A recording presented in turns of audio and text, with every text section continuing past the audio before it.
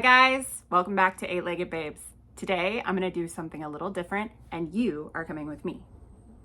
So today we're actually going to a reptile expo up in New Hampshire and I'm bringing you along to see what we can find. There's a couple different species of teas and true spiders I'm looking for, as well as a couple of supplies. So let's go see.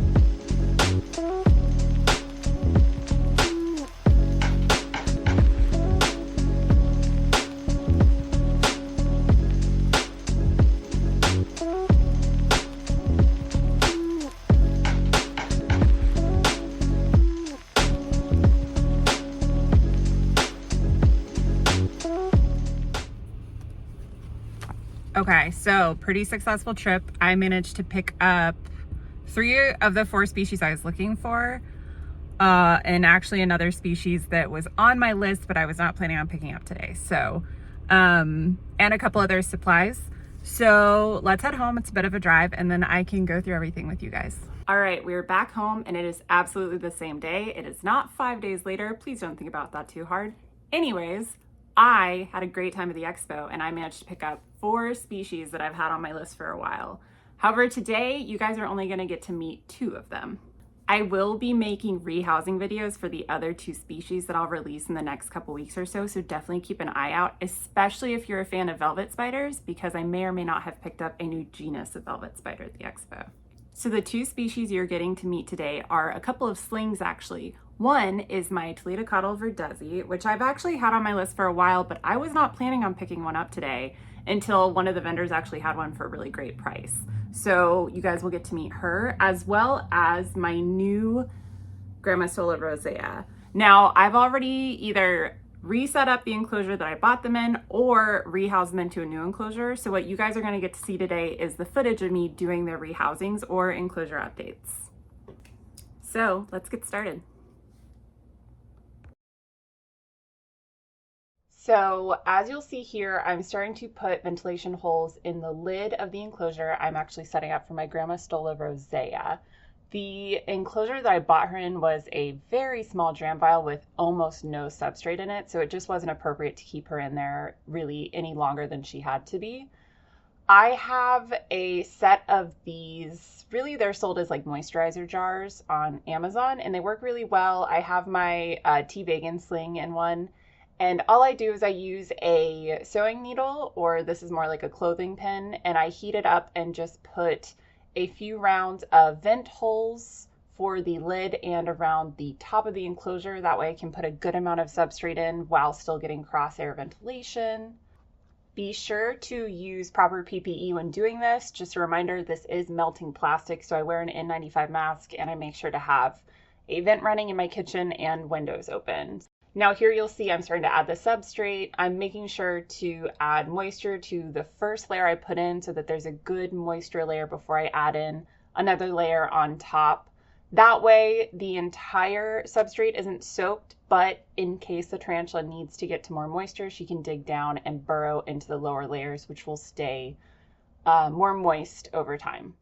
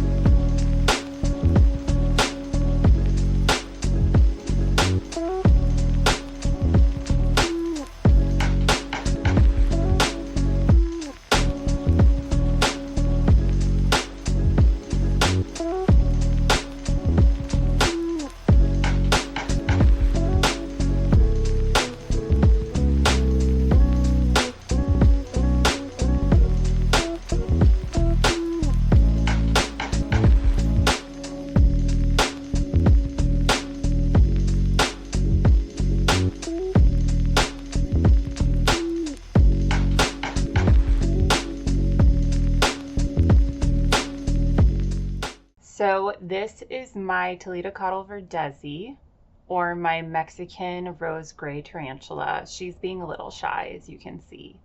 But because of the enclosure that she actually came in, I didn't want to move her. This is a really good size, and she also seemed very emotionally attached to that one piece of mulch. So instead what I did is I added a bit more substrate, as you can see here, just to give her a bit more room to dig and to pack it down a bit so it's got a bit more structure to it in case she does want to burrow. I also added just a little bit of moisture and a little tiny water dish for her. She doesn't need much, but she is a big enough sling and the enclosure is big enough that if I can provide her a source of water, I'm going to do it. But really, it was a pretty simple setup. I added a little bit of cork and a little bit of frog moss, and she was ready to go.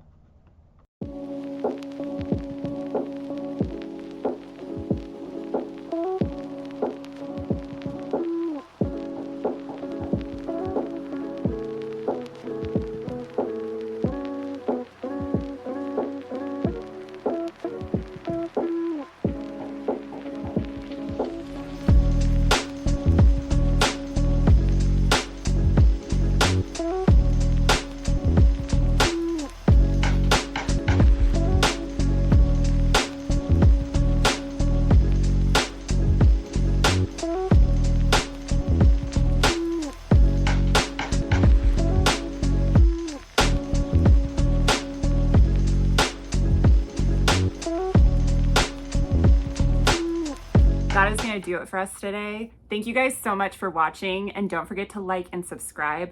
And if you're interested in seeing some more shots and videos of my spiders, be sure to follow my Instagram. You can find the link below in the video description. Have a great rest of your day.